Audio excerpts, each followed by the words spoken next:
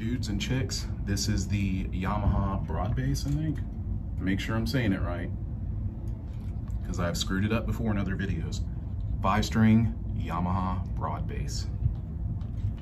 Let's see how it sounds. Check it out. It's got these black tape wound strings on it, I believe.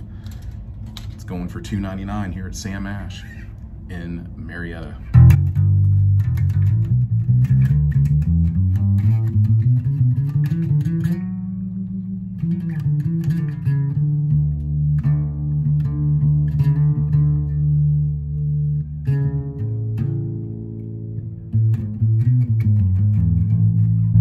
I'm gonna EQ it a little bit, just give me a moment. Okay, so unlike the other broad bass that I checked out at the other place, this one doesn't seem to have as much gain to it. This is one gripe that I have with the Yamaha basses, is they tend to not be super hot. And that's okay, but you know, I've got a couple of Fenders, one of them being a very old Fender, and it's got pretty hot pickups. And then I have another Mexican Jazz. That thing is louder than my active Ernie Ball Reserve fretless, which is kind of weird to me.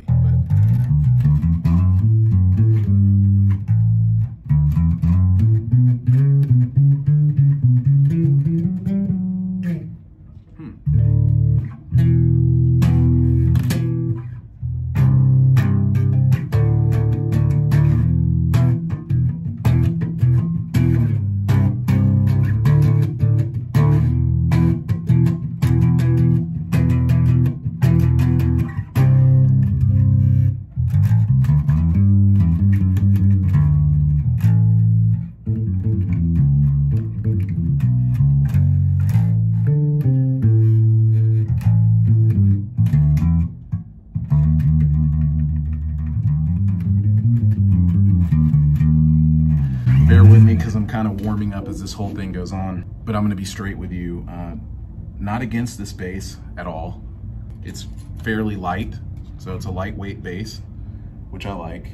It is an Indonesian Yamaha bass, or it's made in Indonesia. I'm not super into it, but it's not a bad bass. I see that the strings aren't really wrapped properly around here. I mean, they barely go around once, which is not good. It's not good when you want to hold it in tune. However, I'll get my tuner out and start checking the tuning on these instruments, but I will say this, in comparison to their competitor, to walk in here and play these basses and they're fairly in tune, I think that's pretty impressive. So I will check the A440 tuning on this instrument right now and let you guys know for sure. Not bad. B was completely in tune. The rest of the strings were just a tad bit sharp, but not bad at all.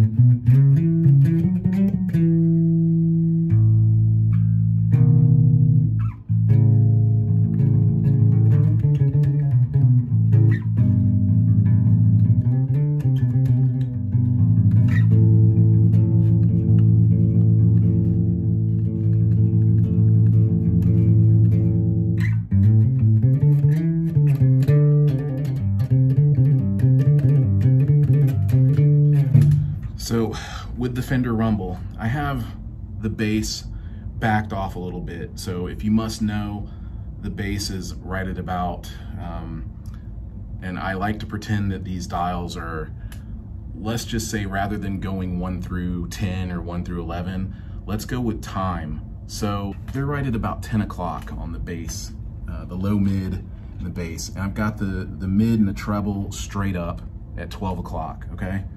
I don't know, this thing is just not cutting, it's not cutting through real hard, so.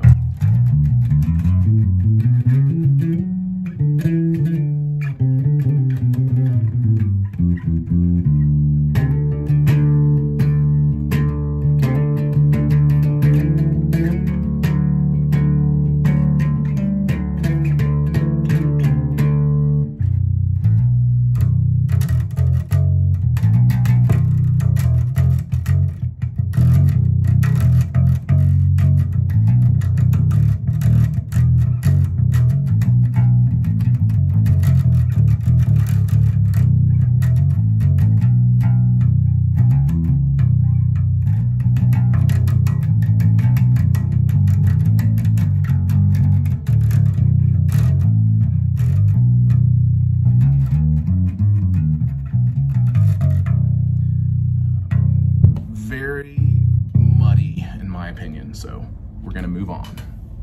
We're gonna try to do apples to apples here. Stingray5, going for $3.99. Okay, it's a Sterling 5, of course. You're gonna hear a big difference right now. Here you go. Much brighter. Volume's all the way up. The other two knobs, always leave them straight in the middle notch.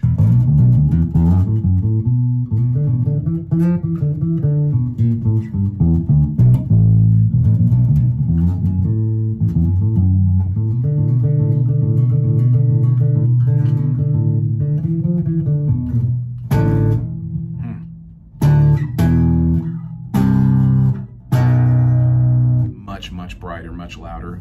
Didn't adjust anything on the amp. Just plug this one in and you hear it.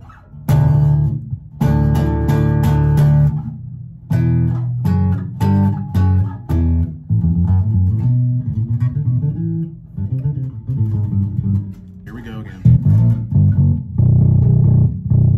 Wow.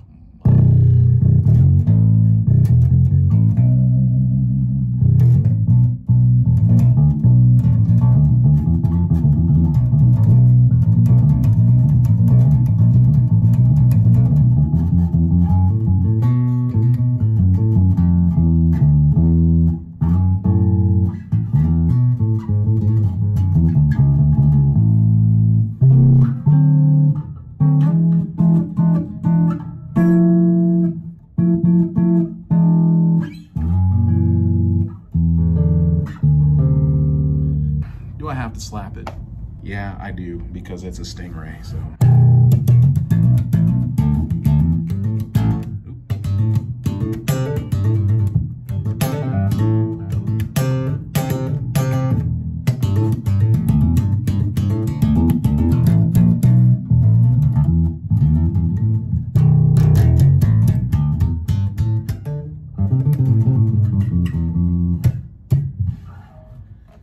Let's see, what else? What else?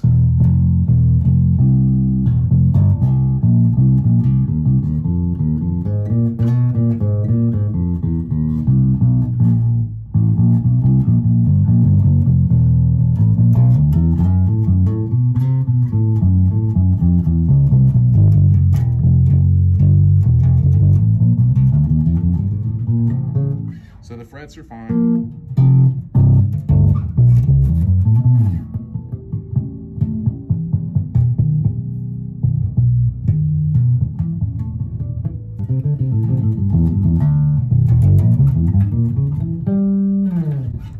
Frets are fine, but the Yamaha actually plays better. So if I could have the Yamaha's action, or the way it plays, the feel of it, but have the EQ and the sound of this Stingray, that would be great. So the broad bass definitely plays better. Much easier to just kind of, just to run the neck.